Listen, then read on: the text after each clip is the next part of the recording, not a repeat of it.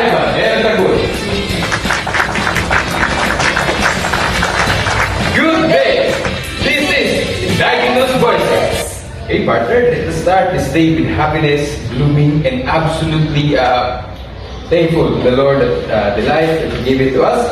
Okay, so partner, we have already known that the culture of the Indigenous group are in treasure.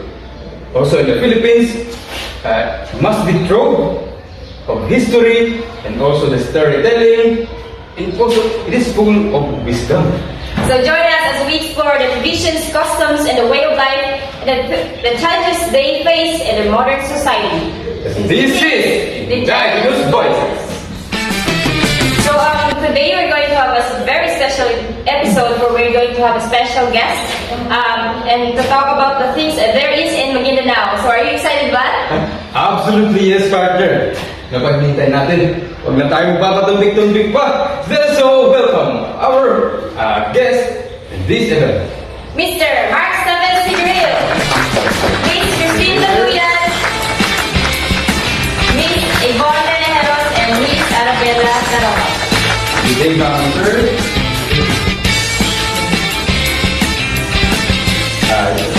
Napakalaking karangalan na may imbitahan kayo dito sa aming munting talk biz. Nagulat ngayon sa Indigenous Voices. So, basically, so Mr. Mark Steven Siguril here is an explorer. He explored places from Luzon to Mindanao. So today he's gonna share to us the experiences he had on visiting the Maguindanao. And Miss Christine Taduyan is an IP leader in Maguindanao. Miss Yvonne Menejeros is an IP group in Maguindanao. And Miss Arabella is an IP group in Maranao. Para isang malaking karangalan para sa atin ang maimbitahan ng ganito ang ulit ng ating programa itong ating mga magiging na katutubo. Okay, so simulan ko ng pagtatanong kay Mr. Siguril bilang isang vlogger, sir. Can you tell us a bit about the cultures and traditions of Maguindanao and also the Maranao?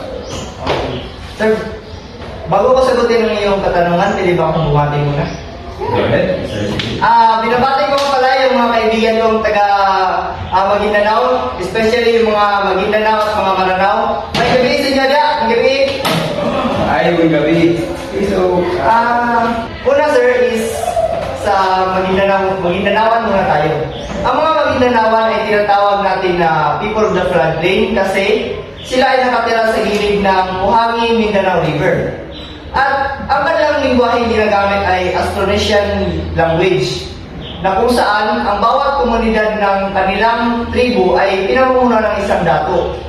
At ang pangunahing hanap buhay ng mga Maguindanaoan ay pagsasaka ng bigas, na kung saan tinatawag nila itong wet rice farming. At bukod sa bigas, meron din silang inaani na mga mais at niyog, na kung saan dito nila kinukuha ang kanilang hanap buhay at nagbibigay sa kanila ng pagkakataon para makakain sa bawat araw. Punta naman tayo sa mga kaibigan natin na Maranao. Ang mga Maranao ay may paniniwala na pangisyara, na kung saan nagbibigay sila o namamahagi sila ng kanilang mga kayamanan sa kanilang mga katribo rin.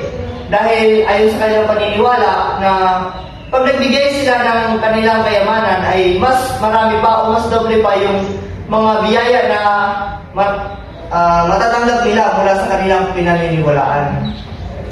At isa pa doon, ang mga Maranao ay may pinaniniwalaan sila, tinatawag nila na sari-manok. Ang sari-manok ay ang itsura nito ay isang uri ng manok na maraming palamuti, maraming kulay, mabalahibong pakpak, ulo, ganon. Ganon ang itsura nun. At para sa kanila, sa kanilang paniniwala ay itong sari-manok ang nagbibigay sa kanila ng mga biyaya, ng mga magandang pangyayari sa kanilang buhay. At ang mga Maranao, most especially sa Maguindanao is mayaman sa sining, kagaya na lamang ng pagkanta, pagsayaw, at ang pangunahing hanap buhay nila ay paggawa ng mga kasuotan at pagsasaka, pangangalakal, at base sa aking naranasan noon, nakikita ko sa kanila na karamihan sa kanila ay may mga negosyo na para sa kanilang ikabubuhay. Ganun sir. Okay, salamat sa pagbahagi ng iyong karanasan. Respeto ng kultura, alaman, alam na sa inyong mga paniniwala. I wish I've been their partner kasi feeling ko talaga interesado ang mismong lugar kung saan ang ating mga tubo ay naniniwala. So these questions for Ms. Luyan. Kamusta naman po ang pamumuhay niya sa Maguindanao kasi karamihan ng alam ng mga tao na Maguindanao ay gulo ng kabuluhan. So how was it?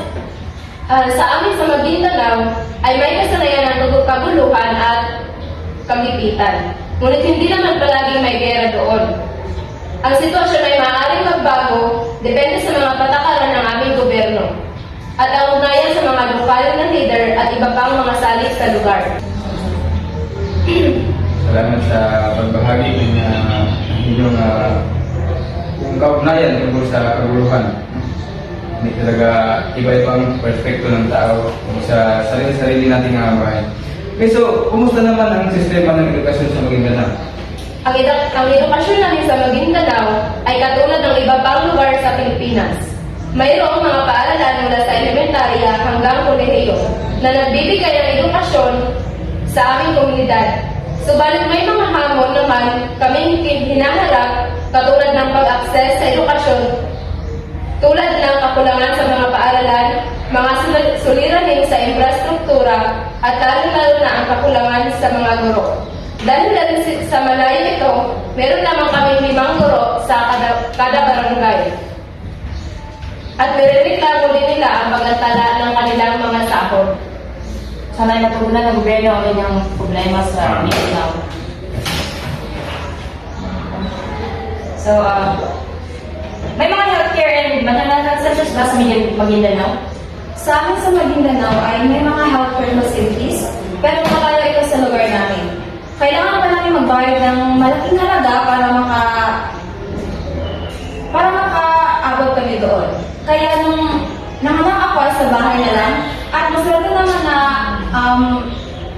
malusog ang anak. Ngunit karamihan sa mga babaeng nanganganak sa kanilang bahay, sa aming lugar ay namamatay ang kanilang mga anak dahil sa hirap sa panganganak. Okay, partner, imagine kung gaano kahirap para sa kanila ang pagluwal ng kailangan sa free. Dapat talaga matulungan ito ng mga gobyerno. Meron bang mga programa sa inyo na makakatulong para